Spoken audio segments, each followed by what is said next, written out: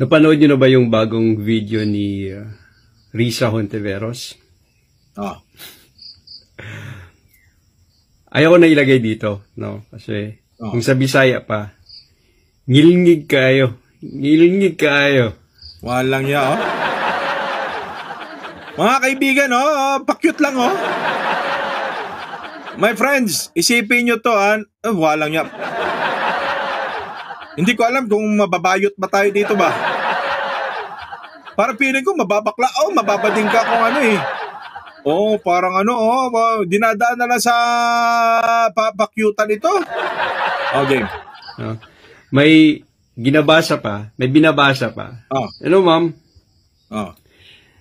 Just like VP Sara, I totally also lost respect. So, tatawagin kitang Risa. Hindi na kita tatawagin senator. So, ano naman ngayon? Di ba? Ako nga, tawag ko nga Sara, Dutae. Ganon talaga politika eh. Nagpauso si Dutae niya. Mga Dutae nagpauso ng gaguhan dito sa Pilipinas, di ba? Alam niyo mga kaibigan, nagsimula yung kapastusan dito sa Pilipinas ng walang galangan. Nagkaroon ng division yung mga Pilipino dahil po kay Dutae. No? Sabihin niya, di ba? Di ba, naalala niyo yung style ni Dutae? Sabi niya, opo. Sabi niya, di ba, pinagmumura niya yung relihiyon yun eh, di ba? Kung hindi ka Katoliko, dapat hindi ka magmumura ng mga hindi mo di ba? Di ba mga kaibigan? Isipin mo yon. Ikaw na tatakbo ka pala, mumurahin mo Santo Papa ng mga Katoliko? Di ba? Tapos sasabihin mo, sa na-rape na madre, sana ikaw muna yung nauna, mayor ang nauna. Gago pala kayo eh. Magmamalinis, gagamit ngayon. Mga kaibigan, ang style ng mga taga Davao Death Squad tuloy. Ang style nito mga taga Davao, gagamit ng mga pakyut kunyari ngayon. Style ng mga pakyut naman, pakikiligin naman ngayon. Akala nila, mauuto nila yung mga Manila girl. Di ba? Kasi iniisip nila itong mga Manila girl, madali na ngayong malaglag ang panty sa mga paopa. Di ba? Pagka may mga pakyut-cute dyan sa TikTok, laglag panty agad yan. Di ba? Kasi alam nila kahinaan ng Pilipina eh. Diba? Alam nila parang cute to Kinis. Parang kinis beautiful face. Ganda mga teeth, di ba? Ganon kasi ganon yung mga akala mauuto agad sige, patuloy mo. Hindi ka tumitindig eh. Gumagawa ka lang ng issue. If you're looking for what? Accountability. Accountability doon sa confidential fund. Then, alam mo na nga na hindi yan pwedeng i-divulge in public. Diba? So, anong sasabihin dyan? Ni VP Sara. Ma'am, kasi ginamit yung Intel funds para manmanan ka, titingnan namin kung kasapi ka ba sa itong grupo. Nag-hire ako ng asset. Tapos yung asset ko, na kumuha ng bahay malapit sa inyo para mamanmanan ka. You do know that those are sensitive information? Meron tayong DBM? Meron... Bakit naman mamanmanan si Risa Hontiveros, mga kaibigan? Alam nyo ito, mga kaibigan, ng bad implication ito, Alam nyo, kung ikaw pala politiko, tapos ikaw may threat sa'yo, mga kaibigan, ang isang tao, halimbawa, kalaban mo sa politika, politiko ka, ang dami mong Intel funds.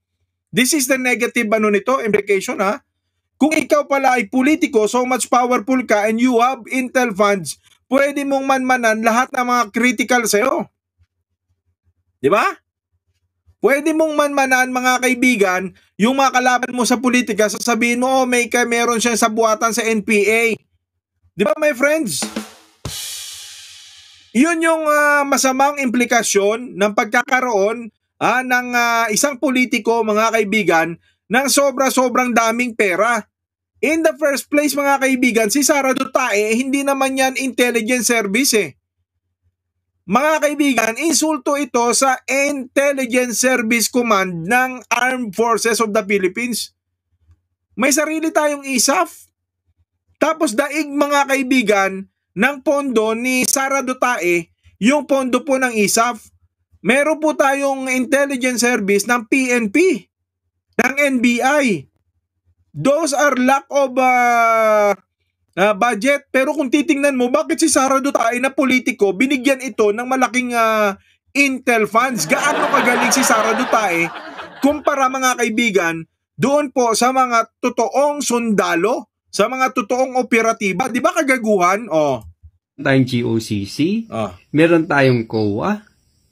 If talagang tumitindig ka, kunin mo yung details. And even sa COA, wala namang nakitang problema dun sa auditing ng confidential fund. So bakit ikaw ngayon, mas matindi ka pa sa COA, gumagawa ka ng issue?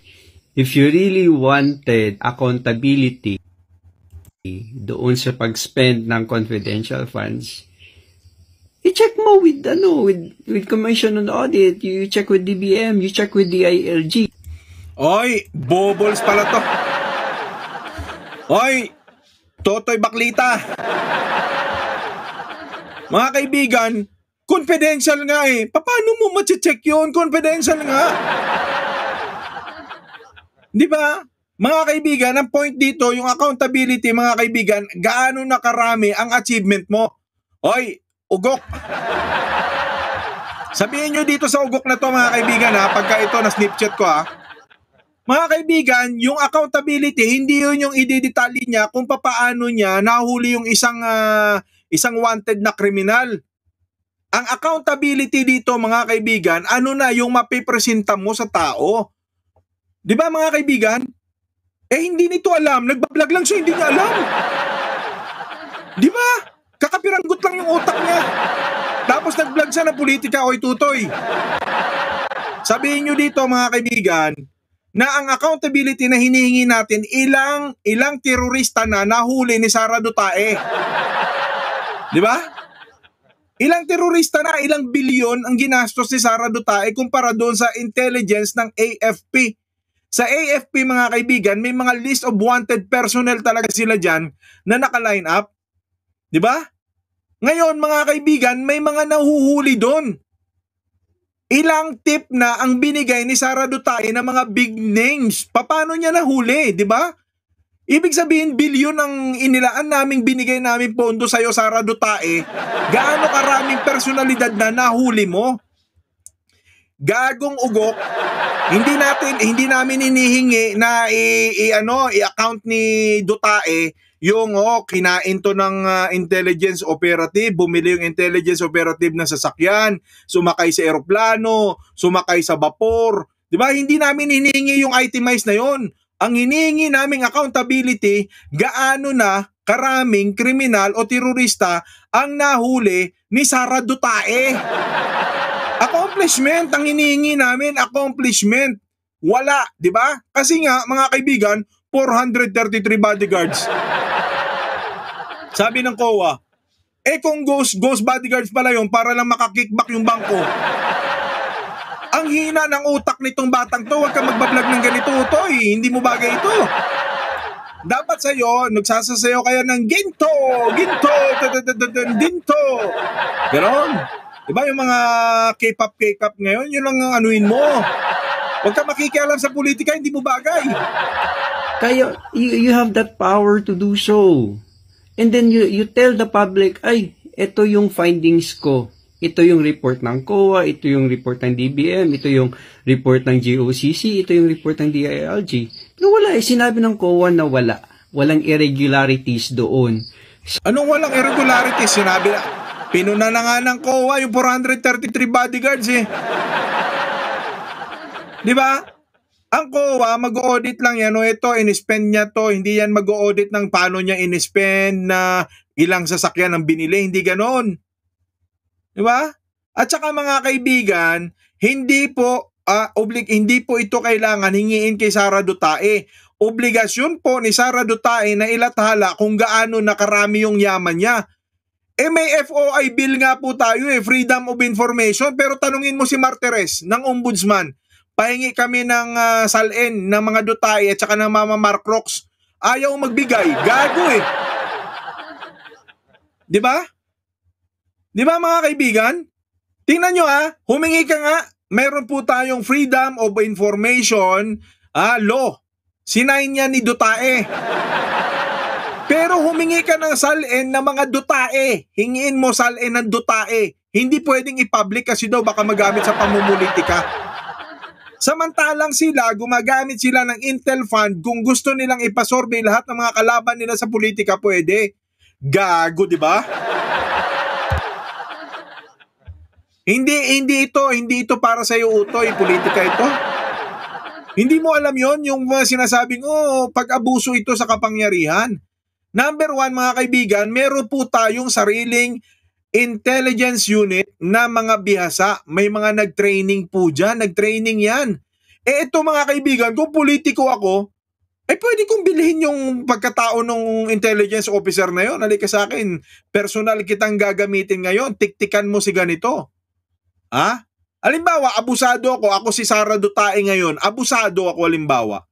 Babayaran ko yung pagkatao ng intelligence officer dyan kasi mahina maliit ang pondo ng ISAP, maliit ang pondo ng intelligence natin. Diba? Mapipilitan kumapit sa patalim yung mga tunay na eksperto. Diba? So ngayon, sasabihin ni Sara, sa akin ka magtrabaho. Privately, secret lang ito, diba? Trabahuin mo ngayon itong si Leni Robredo. Diba? Pwedeng gawin yun.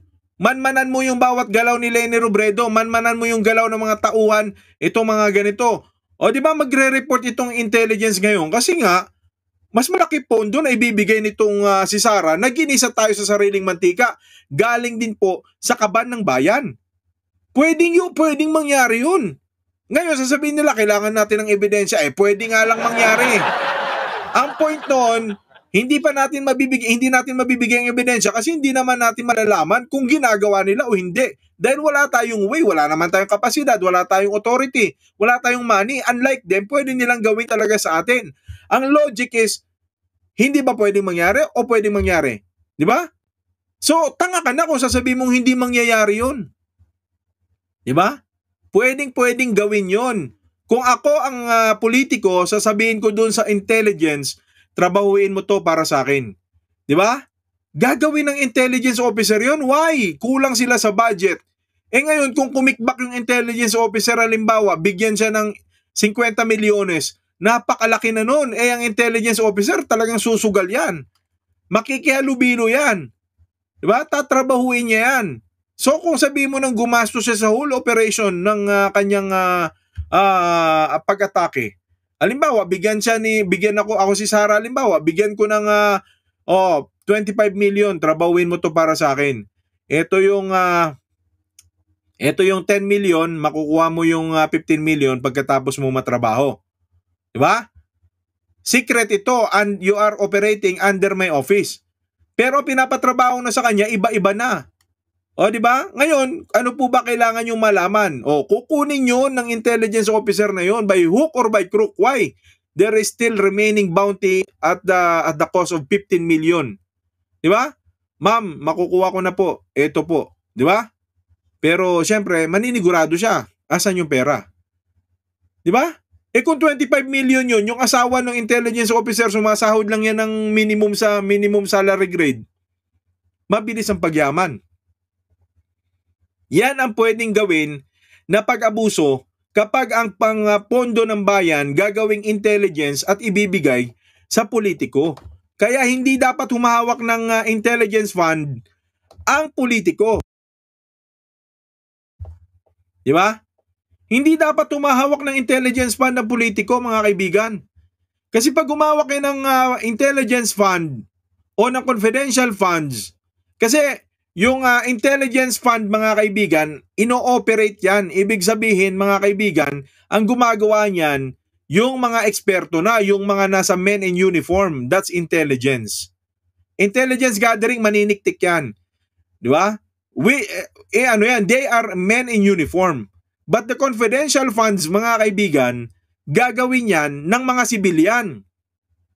Di ba? So ngayon, mga kaibigan, ang mga civilian, they don't have capacity or ability, wala silang tawag nun, accountability. Wala silang accountability. Why? They are in civilian Civilian unit yan.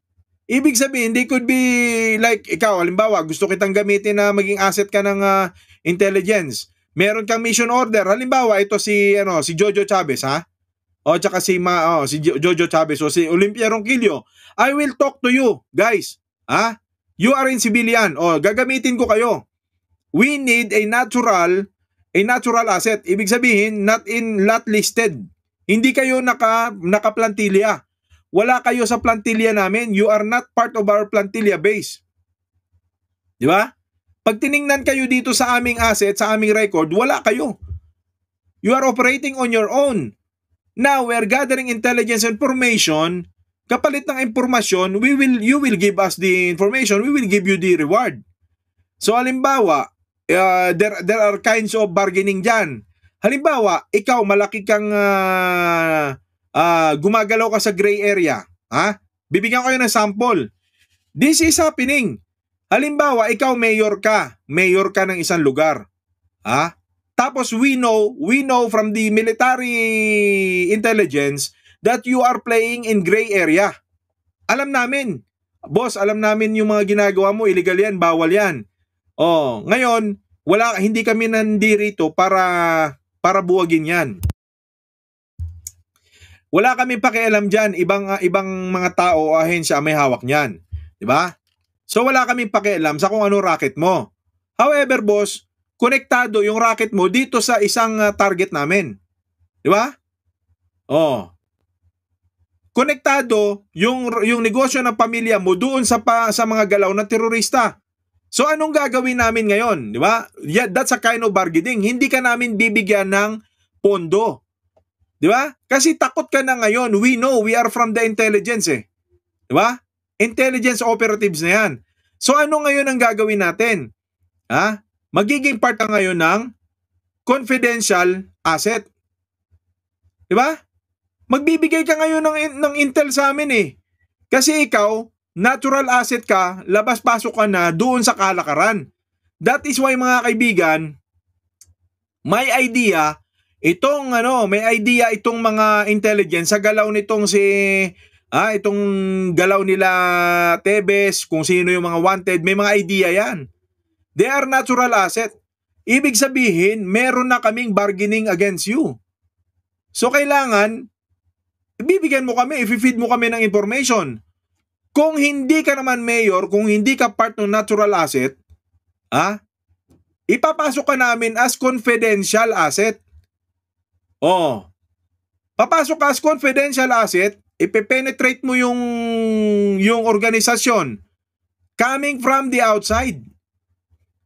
So pagka nangyari yun mga kaibigan, you must be on your own. Dahil hindi ka part ng hindi ka part ng uniform. Dapat maging mapamaraan ka dyan. It's either kukunin ka namin, kung droga ang operasyon, dapat nagda-drugs ka. Oh. So ngayon, anong gagawin namin sa'yo? Bibigyan ka ng mission order, scope. Ito lang yung scope ng mission order. Kapag nahuli ka namin, huhulihin ka namin. Oh. Diba? Halimbawa, ni-raid ka namin, huhulihin ka namin, part ka ng huhulihin namin. Halimbawa, isang cyber sex den. Cyber sex den, bibigay ka namin dyan, tatrabahuin mo yan, you are working with us as confidential agent. Diba? Kita nyo na huhuli yung mga online gambling? They are recruiting confidential agent, penetrate yan, may pondo yan, kung kikita ka rin doon sa loob, labas na sila doon, o bibigyan ka namin ng pondo, trabahuin mo to. You are feeding us information. So pagdating doon sa loob mga kaibigan, at na-confirm natin lahat, na-serve na namin yung warrant, na-raid namin yung lugar, you will be part, ang usapan dyan, you will be also part of that arrested personnel. I-arrestuin ka namin, apakan namin yung ulo mo, dapat malinaw sa'yo yan, na pupusasan ka din namin. Oh, kasi ang target natin dito, yung mastermind. That is confidential asset, confidential agent. So pagdating niyan doon, ikukulong ka lang, iaano ka, pero absuelto ka sa kaso because you are not part of the organization. Yan, ganyan ang trabaho ng confidential.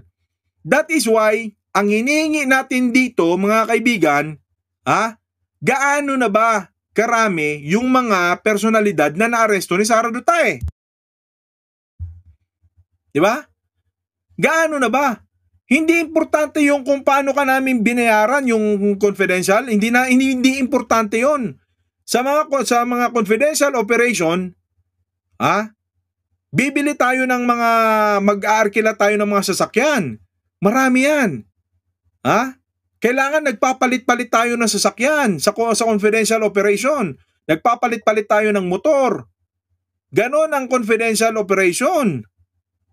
Ngayon mga kaibigan, hindi tatanungin yun kung paano mo binili to, sino binilan mo, saan yung resibo, hindi. Minsan, pag confidential operation, kapag pumasok ka sa bar, kailangan mo rin gumamit ng babae. Ganon yun. Diba? Ngayon, kung wala kang pera dyan, hindi ka makakagamit ng babae, paano ka makakapenetrate? Paano mo malalaman kung sino may-ari ng bar? Diba?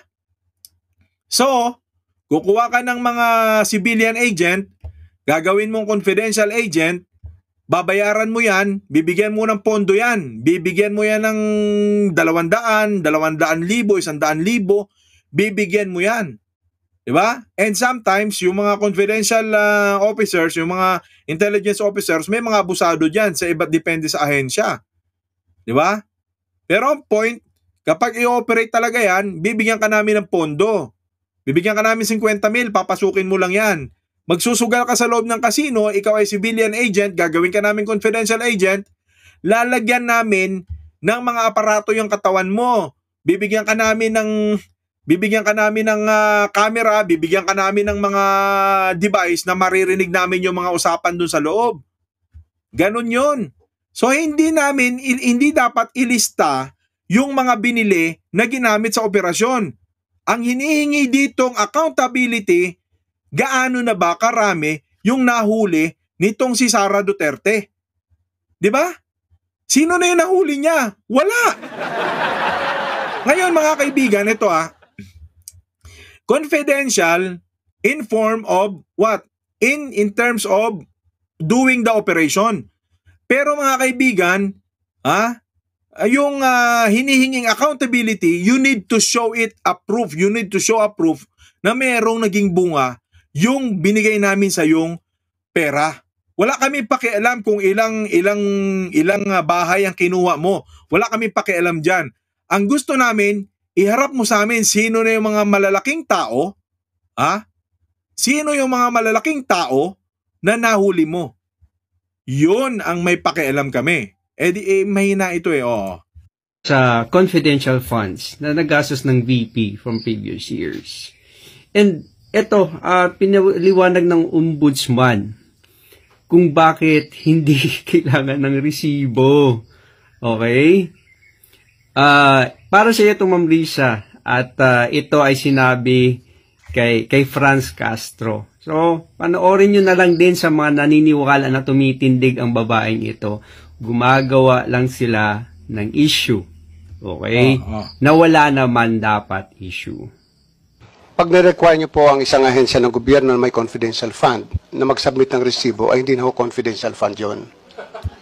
Mula po na ako maging ombudsman, wala po nagsabi sa akin na mag-submit po kami ng resibo dahil paano ko po re-resibuhan ang isang intelligence officer na sinuyo ko tingnan ang isang bagay o isang kaso. Ano ho yung resibo ilalagay ko doon? Paano ho ililiquidate sa akin ng intel officer? If I get a safe house, magtataka pa ho kayo, ba't ako kumuha ng safe house? Baka naman yung safe house na yun ay hindi totoong safe house, kundi motel. I mean, I really don't know. But if that is the case, na pag-uusapan po natin, pag-awayan natin confidential fund, then, alisin ho nyo sa budget namin yung confidential fund. Kung kailangan mag-utos sila ng tao para i-verify kung totoo ito, then doon po kami gumagastos ng transportation expense ng pagkain ng tao. So, paano ililiquidate po sa amin yon? Paano kami mag-release sa submit ng resibo? Napakahirap po yata noon na mag-submit kami ng resibo. At siguro wala namang papayag din sa amin na intel officer na pag binigyan ko ng 50,000 pesos o i-liquidate mo sa akin, na tuwing sa kanya ng taxi, kung siya ay may, which I did it before, na mapinamanmanan ako isang empleyado ng ombudsman, pinasundan ko, abay, siguro may hirapan yung intel officer na every now and then, bibigay sa akin yung mga resibo ng gasolina. At Una mga kaibigan, meron po tayong respective agency. To do such investigation. Mga kaibigan, meron tayong NBI, meron tayong CIDG, meron tayong ISAF, di ba? Meron po tayong iba't ibang ahensya, respective agency na pwede po nating malapitan. Pwede mong ipatrabaho yan. Kasi ano bang trabaho nitong ombudsman? Magsampa po ng kaso. Di ba? Magsampa po ng kaso. Anong trabaho nito? Mag-prosecute ng mga kawani ng gobyerno. So ngayon, hindi natin alam kasi boses lang ni Martirez yun nandito, hindi natin alam kasi bias ito probably. Hindi natin narinig yung boses nung nagtatanong. So technically, gaya na sinasabi natin, hindi nga dapat nating ipakita yung mga resibo, hindi natin nahanapin yan, pero you still have to justify. Katulad yan mga kaibigan, sa isang legitimate operative operation, intelligence operation, intelligence gathering, hindi pa pwede na manghihingi ka lang na manghihingi ng pondo. You need to justify, mga kaibigan, with your upper class, with your CO, kung paanong naubos ang iyong pondo. Tingin mo may gagong magbibigay agad sa iyo na pera ng, di ba? Halimbawa, ito, under ka, nag-ooperate ka halimbawa sa saklaw ni Colonel o ni General. Tingin mo magbibigay siya sa iyo 100,000 a night? Di ba? Kailangan yun, meron kang pinagbabasihan, meron ka dapat basis nung iyong hinihingi. So, sa case na to mga kaibigan, syempre malinaw na pagtatakpan ni Martirez yung kanyang galaw, yung kanyang moves. Di ba? Kasi siya gumagawa eh. Pwede niya sabihin, may operatiba ako, may pinamanmanan ako, hindi ko pwedeng sabihin sa inyo. Di ba? Huwag nyo na ako hanapan ng resibo. Yun yung sinasabi natin pwedeng maabuso. That is why mga kaibigan, yung accountability laging nagfo-fall sa totoo ba yan? Nasaan yung ipepresenta mo? Pagdating sa kanila, hindi nila ipepresenta yon. Hindi tayo makahingi. Unlike mga kaibigan, kung sa ISAF natin pinatrabaho, halimbawa, binigyan mo na 10 wanted yan. 10 wanted na tao. Sasabihin ng ISAF, naging successful kami, katulad ni Marwan. Most wanted yon. Di ba? Tinira, nadali yung sa 44 doon. Tinira po ng mga legitimate operatives.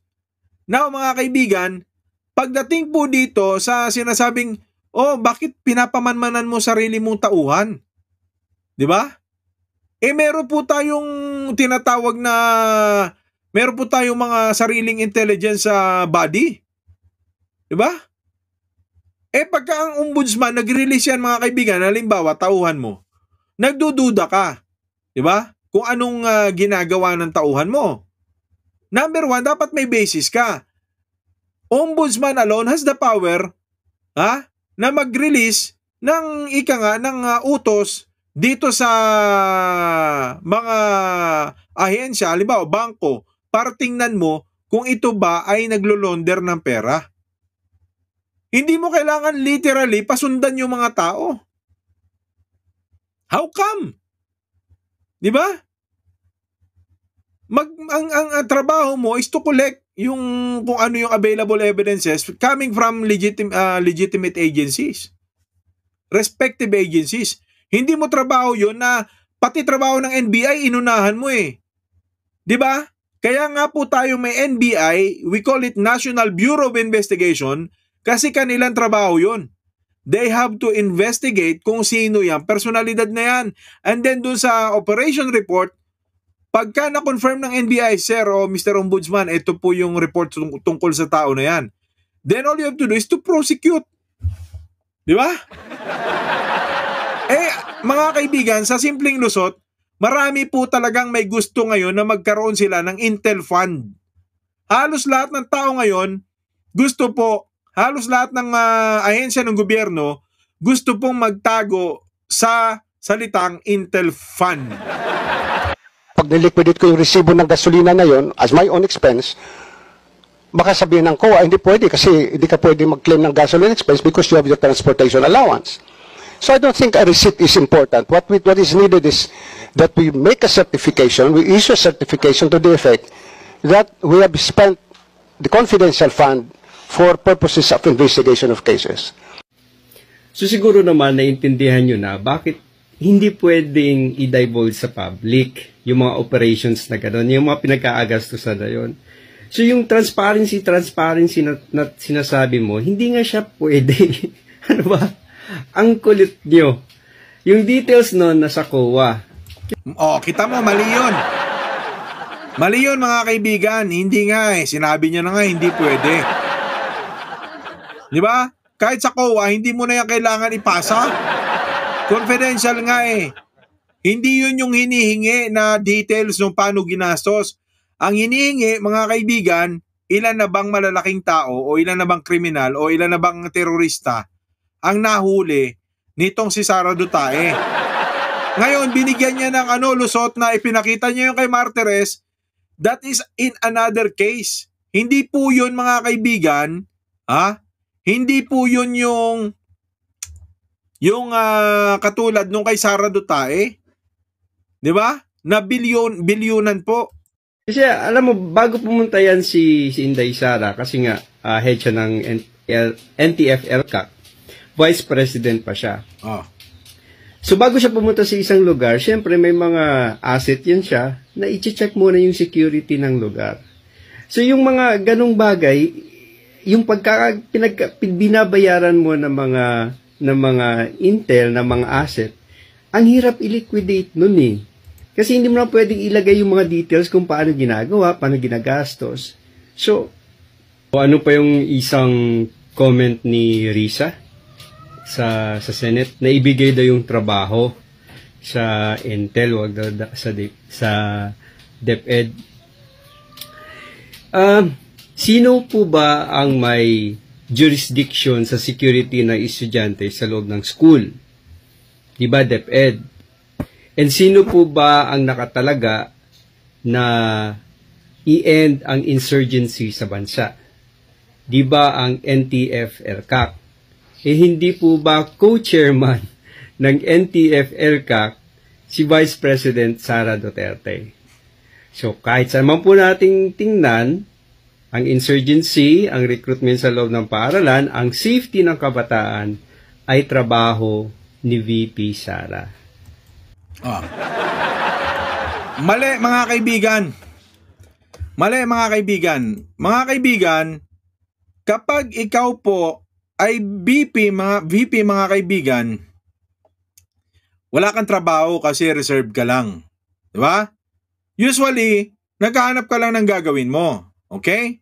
So usually mga kaibigan, kung hindi ka bibigyan ng position ng cabinet position, wala kang trabaho kasi nga vice president ka lang, naghihintay ka lang mamatay ang presidente. Spare tire ka lang. Ngayon mga kaibigan, mali din po yung kasabihan na ipagko-connect niya na ito kailangan yung DepEd ang nagsisecure ng mga estudyante. Ang trabaho po ng DepEd mga kaibigan is to teach the student. 'Di ba? Kung nasa loob ka ng eskwela, hindi ka palalabasin. Pero yung magsisecure po, trabaho pa rin po yan ng kapulisan, ng armed forces. Di ba? Kasi tingnan nyo sino po yung nagsisafety ng mga paaralan natin? Hindi naman po kaya ng mga teachers lahat yan. Sa loob ng paaralan, pag may nagkagulo dyan, tatawag sila ng pulis para humingi ng responde, katulad sa Maguindanao. Pag nagkagera dyan, sino sisecure magbibigay ng protection? Di po ba AFP, di po ba PNP? Halimbawa, may mga nagbabakbakan dyan sa may school. May pumasok ng mga terorista dyan. Teacher po ba ang haharang? Sisisihin nyo po ba yung mga teacher kung bakit hindi nila na protektahan yung lahat ng estudyante? Kahit yung sarili nila, hindi nila kaya protektahan eh. Di po ba? Ngayon mga kaibigan, sino yung uhulihin mo? Bakit mo sasabihin may recruitment sa school? Mga kaibigan, hindi po yan ang primary role ng Department of Education. Hindi po yan ang primary role niyan.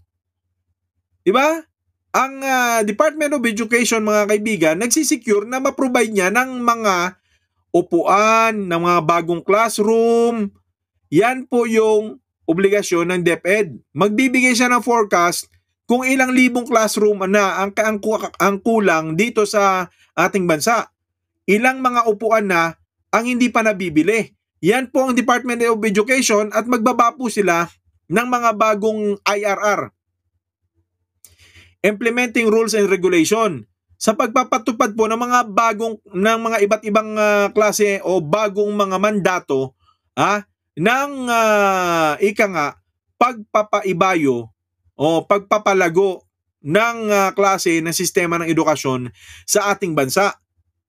Yan ang trabaho ng DepEd. To form to mold the minds of the students. Yun po yun. Wala pong masasabing, meron nagre-recruit dito. Hindi po yan trabaho ng DepEd. Di ba? Trabaho po yan, mga kaibigan, ng intelligence community. So bakit sasabihin nyo mahina trabaho ng intelligence community? Kasi nga, wala na nga silang pondo sa intelligence nila, inagaw mo pa. Di ba? Ngayon, mga kaibigan, yung NTF-ELCAC na yan, co-chair, kaya nga po, and local communist. Di ba? Mga kaibigan, that is primarily, yung objective niyan is to have a peace negotiation. Yun po yung objective niyan. Ngayon mga kaibigan, hindi mo pwedeng sabihin na si Sara lang ang dapat pwedeng humawak ng intelligence or confidential fund. Hindi pwede, di ba? Kasi nga po, dapat po, ang may hawak po ng intelligence fund ay yung kanyang ahensya. Kung meron pong dapat humawak po ng intelligence fund, ahensya po yun ng NTF-ELCAC at hindi si Sara direkta. Sa nangyayari po kasi mga kaibigan, nalilito yung mga tao. Akala ng mga tao, si Sara kasi hawak niya naman pareho. Hindi po. The Department of Education should not have an intelligence fund. Kasi nga po, ang dapat sa Department of Education, pondo po ng ng pagpapalago o ng budget ng kagawaran para po sa pagbibigay ng mga ayuda sa mga teacher, sa mga estudyante, sa mga textbooks. Yan po yung DepEd. Ngayon mga kaibigan, para malito ang tao, hinalo-halo nila ngayon. Hindi, kasi sa school nagre-recruit. Hindi po ganyan dapat tingnan. Kaya nga po magkaibang ahensya eh. Kasi kung ganyan pala ang perception nitong si Sara, dapat in the first place, ginawa na lang yung NTF-ELCAC, ginawa na rin yung military, hold yung education, Department of Education, di ba? Ganon yun. Di ba? So ngayon, pinapalusot nila na si Sara dapat bigyan natin kasi hawak niya dalawa. Hindi po yun ganon mga kaibigan. The government, itong mga congressman should know their priority kung ano ang mga dapat bigyan ng pondo. Kung education lang yun. Di ba? Kung NTF-ELCAC, kung against terrorism lang yan. So anong nangyari? Hindi, bigay na lang natin kay Sara. Di ba mga kaibigan? So si Sara na lang lahat masusunod. So paano ngayon? Paano natin mapaprioritize na dapat pala, hindi, 10,000 armchair pala ang kailangan ng DepEd. Sasabihin ni Sara, hindi, itong pondo na to, gamitin muna natin to doon sa intelligence gathering noong NTF-ELCAC. Napaghahalo-halo po yung pondo. Di ba? Hindi niya po trabaho yun. Ang trabaho niya, pag-ibayuhin yung kalagayan ng mga estudyante at ng mga guro at ng mga ospital sa DepEd. Sa NTF-ELCAC po, doon niya ibigay kung magkanong bilyon ang kailangan para magkaroon po. Ha? Oh. Dapat po magkaroon ng separation o division of labor. Sa NTF-ELCAC, ibigay dapat ni Sara doon yung pera para gumalaw yung ahensya niya. Pero hindi. Ang nangyayari, mga kaibigan, yung ahensya, parang gusto na lang sumingot sa puwitan ni Sara, di ba? Pinaghalo nila eh. Di ba? Dapat ibigay mo yan, NTF-ELCAC yan eh. Kung kailangan nila ng Intel Fund, din ibigay mo yan. Di ba? Pero ang point, mga kaibigan, yung NTF-ELCAC na yan, hindi naman yan, under ng military. Di ba? Sino po ba ang magtatapos ng conflict? Di ba dapat under ka ng military? Yan po ay opisina na ginawa ng isang politiko. Ang nagko-control po niyan, mga kaibigan, itong mga politiko. Di ba? Unlike po kung nasa loob ka ng hanay ng militar, meron silang sariling organisasyon na nagdadala ng tama nitong kanilang operasyon. So ngayon, itong mga pera na napupunta kay Sara, dapat ba nating usisain to? Dapat. Kasi mga kaibigan, kung lahat ng mga politiko at mga opisyal ng gobyerno humingi ng Intel Fund, tapos po hindi natin pwedeng usisain kasi magtatago sila sa salitang confidential nga ito, wala. Di ba? Uutang sila ng uutang, dadagdag po yan sa national debt ng Pilipinas. Tapos tayo po ngayon, tagabayad nila. Tagabayad po nila tayo. Sila nagpapasasa kung anong gagawin nila sa pera na yan, wala tayong kalaban-laban, wala tayong alam kung saan nila dinadala. Di ba? Pero tayo nga. Mahal ng bilihin, mga kaibigan. Tapos makikitaan mo na may mga nagtatanggol ng mga katulad nito. That is so wrong, my friend. Di ba? That is so wrong. Kung ako kay Risa, sasabihin ko to, hindi naman ako humingi ng mga respeto na yan eh. Tama naman si Risa eh. Sabi niya, gawin nyo yung trabaho nyo. Yung accountability doon, ilan na ang nahuli? Ilan na ang napakulong? Hindi po yung magkano, ilang gasolina, ilang litro ng gasolina, ilang sasakyan ang ginamit, hindi ganon, ilang safe house ang binayaran, hindi ganon yung accountability. Iharap nyo sa amin kung ilan na ang terorista na nahuli ni Sara Duterte. Kung ilang NPA na confirm ang nahuli ni Sara Duterte. Yun ang accountability na sinasabi ni Risa Hontiveros bugok. Diba? Kayo, ano masasabi nyo? Like, share, subscribe, and follow para maging updated ka pa sa mga itong uri ng talakayan.